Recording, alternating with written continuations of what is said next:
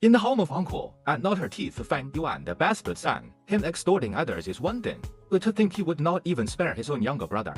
How heartless and unfeeling. Uncle heaved in a deep sigh and told Fang Zheng, "You only lost a piece of primeval stone. Don't worry. Go to the treasury and pick up a stone. There is no business for you here now. You must go and work hard in cultivating." Seeing Fang Zheng leave the hall, and could not help but exclaim happily, "Husband, we cut off Fang Yuan's living expenses." This little bastard finally couldn't stand it, and went off committing a huge error. I dare say the time for him getting expelled is very near. However, uncle shook his head. You think too simply of things. Fang Yuan will not be expelled. In fact, there may not be any punishment. You are not a Go master, so you won't understand.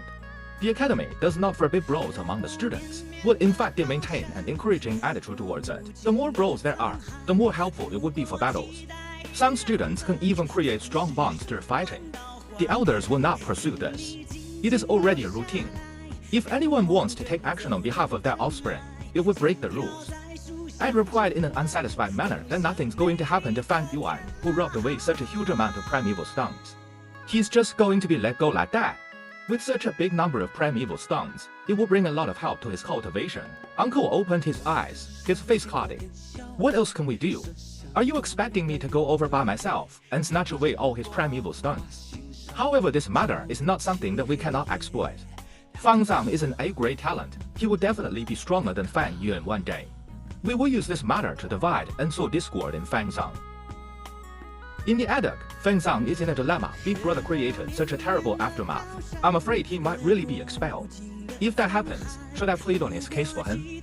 Two voices appeared in his head. A voice said, "No need to plead for him. He even robbed your primeval stone away, although you were his own young brother. Even if he was expelled, that was his own fault." Another voice said, "But he is your very own older brother. He shares a similar face. His blood thicker than water. If you do not do so, how will the outsiders look at you? I'm afraid they might think of you as a heartless and ungrateful person." And with that, 3 days passed. The disturbance that Fang Yuan caused from his robbery and extortion did not spread nor grow bigger, but instead it gradually died down. No elders broke the rules and came to find trouble for Fang Yuan. And the academy elder naturally closed one eye and opened one eye, acting like nothing happened. Everyone became aware that if they did not train hard in martial arts, they would never beat Fang Yuan. Among these teenagers, a burst of mass fervor towards training hard in martial arts erupted. The martial arts instructor was overjoyed. He had never seen a batch of students so enthusiastic and dedicated towards martial arts. Before this, when he was teaching, the students were all lacking in interest, yawning all day. Now only Fang Yuan remains as lazy as ever. The academy elder laughed and patted his shoulders. He said, "Fang Yuan is just the cause of the other students' transformation." The martial arts instructor was puzzled. Another 4 days passed. The academy elder passed out the primeval stone allowance once more, and the time for Fang Yuan to act came again. "Fang Yuan, once wasn't enough for you. You still want to rob away our primeval stones again." The students were shocked and angry as Fang Yuan blocked them at the gates once more. "Fang Yuan, your bullying is excessive. I want to challenge you." Gu Yue Dong Tu roared angrily, coming out first. "Oh?" Fang Yuan raised his eyebrows slightly. Mo Bei raised his fists and rushed forward. After a few rounds, he fainted onto the ground. "Mo Bei, you're too useless." "Watch me." Gu Yu Kaichang yelled loudly and dashed towards Fang Yuan. After a transition of attack and defense, he joined after Mo Bei's footsteps. Fang Yuan's battle experience was 10,000 times more than theirs, although he only started cultivating. Every force inflicted was used properly. Meanwhile, this bunch of students had only started their journey. If they came at him together, they might still be able to bring him a little trouble, but with them coming up to challenge him one bag. After 15 minutes, Fang Yuan lazily walked away with a bulging money bag, leaving behind a foot full of youths. Some of them were lying motionless, and some were holding their bellies or clutching their crotch as they moaned and howled. "Brothers, time to come up and sweep the field fast." The guard shouted and all rushed over. In the inn's dining room, Fang Yuan sat at the table near the windows. He ordered a few dishes and ate while gazing out of the window. Actually, finding out a clan's strength is very simple. Just find a spot in the village, settle down, and observe the people for a few hours. See how many rank 1 and rank 2 masters there are, and you'll be able to see the clan's strength and wealth. Using the Gu Yu village as an example, there were around 20 people working in the inn, and 6 were masters with the strength and capital. The Gu Yu clan managed to monopolize one of the best resource locations in King Ma Mountain. "Haha, Gu Yu Fang Yuan, I have finally found you." At this moment, a middle-aged man laughed deviously as he approached. "Fang Yuan, you've gotten yourself into huge trouble. Do you know that?" Hey, you have dared to hit our young master of the Mo family, and now our young miss is here to settle the score with you, the middle-aged man sniggered continuously. He constantly stared and sized up Fang Yuan, faintly emitting a threatening aura. If a normal person was stared at by this middle-aged man, they would have probably developed fear in their hearts already. However, Fang Yuan lost interest after looking at him for a second and continued focusing on his meal, treating this man as if he were invisible. Lad, you still have the mood to continue eating. Seeing as how he did not manage to intimidate or scare Fang Yuan, the muscular middle-aged man had a hint of doubt in his eyes. Do you think I'm lying to you? There are already people reporting to young miss, and she will be here shortly. Do not attempt to run away, young lad, because you won't be able to get away. My job here is to make sure you stay put. There will be much suffering for you later. Several hours ago, sent out for an investigation mission by the family council, for more than 10 days, Gu Yue came back finally, unexpectedly learned from the victim that her younger brother was being bullied. I've trained hard in basic martial arts for 7 consecutive days, but to think I only managed to endure 2 strikes from Fang Yuan and lost consciousness afterwards. Shame, unforgivable shame. Gu Yue exclaimed, full of anguish and regret. In the family garden, he faced the wooden puppet, unleashing punches and kicks that were resulting in resounding echoes. Suddenly, he heard a laughing voice. Little brother, do you have deep hatred for the puppet? Why the great resentment? Upon hearing this familiar voice, Gu Yue relaxed and stopped his attacks. He turned his head.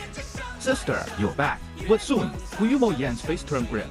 Brother, what's the matter with those bruises on your face? Who bullied you? It's nothing. I accidentally tripped and fell. A hint of panic flashed across Mobe's face as he came up with an excuse. He did not wish for his sister to know of such an embarrassing event. Gu Yue squinted her eyes and didn't ask again. Originally, she wasn't sure who did it, but now she's certain it must be related to Fang Yuan. Gu Yue walked to the study room. Without any warning, she pushed the door and entered through.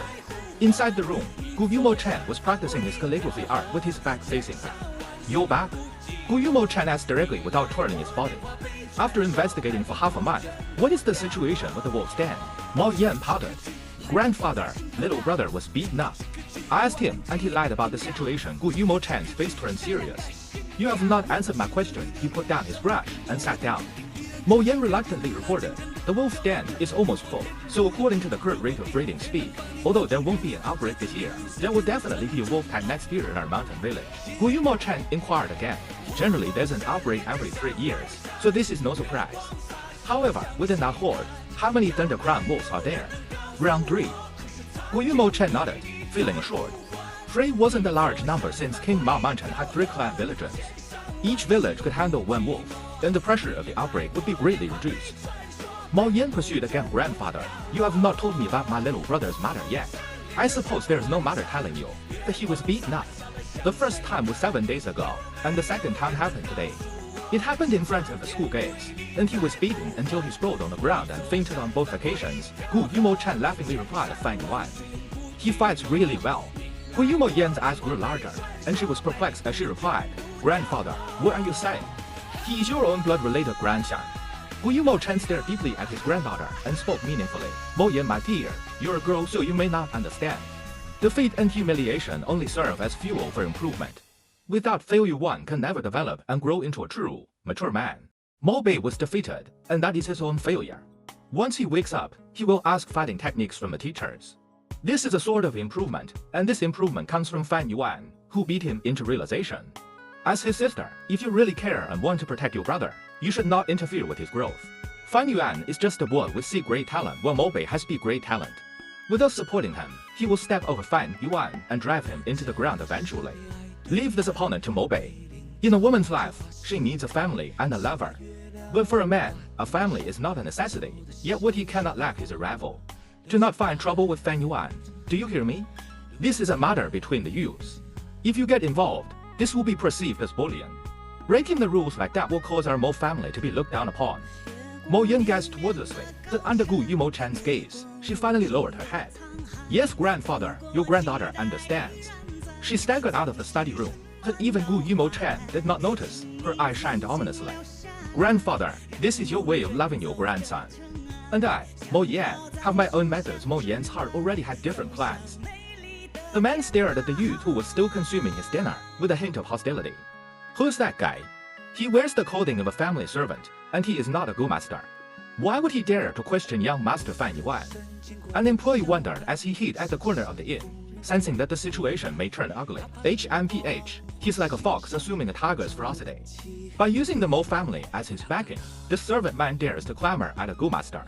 If it were any other mortal man, they wouldn't have the guts to do this. Someone beside the employee replied in disdain. Even so, as a mere mortal, he has the guts to cause a ruckus towards a Gu master.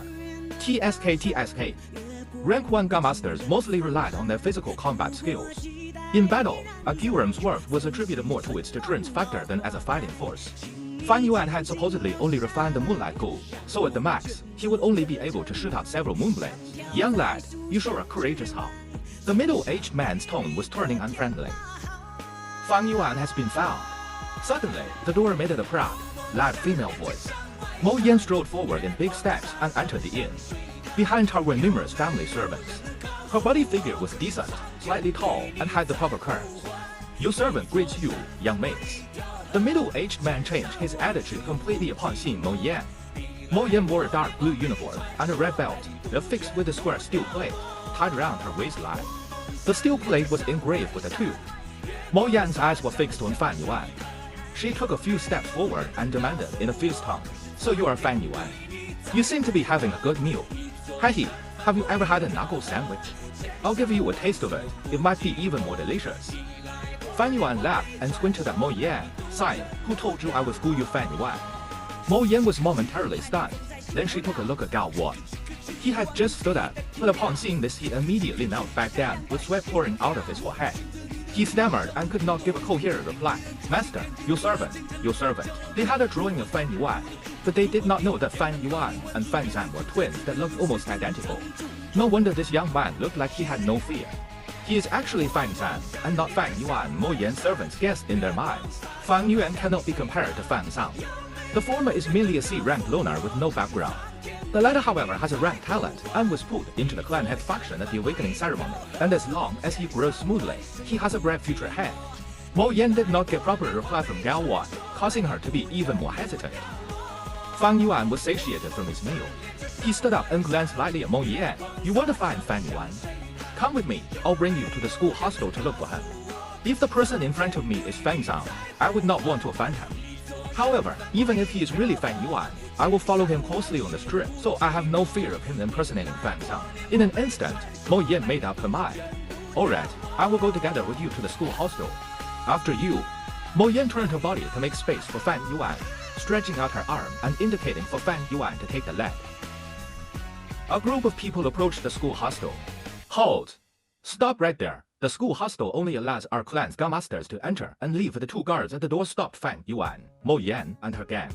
"Insolent! Do you not recognize who I am? How dare you stop me?" Mo Yan stared at the two and screamed, "We dare not." The two guards hurriedly gestured. "Young Miss Mo Yan, this guard holds you in high regards. However, the clan rules are absolute, so how about this? You can bring one servant in. This is the most we can do for you," an elderly guard politely responded. Mo Yan clicked her tongue. Her heart was full of dissatisfaction, yet in the presence of the clan rules, she did not dare to break them. "All of you stay behind. Gu Yuan will follow me." Thinking about it, Mo Yan gave her orders. Fang Yuan remained unfazed as he led them in. He reached the dormitory door, opened the lock and pushed the door open. He then took a step into the room and stopped. Within the room, there was nothing extra. It was all simple furniture, and there was no one else. Mo Yan stood at the doorstep, took a look inside, and her face turned grim. "Junior, you better explain yourself well. There is no one in the room." Fang Yuan smiled faintly. "Aren't I someone?" Mo Yan stared at Fang Yuan, a glint flashing in her eyes as she suddenly seemed to have understood. "I am looking for Gu Yue Fang Yuan." Fang Yuan snickered. "You know, I never said that I wasn't Gu Yue Fang Yuan.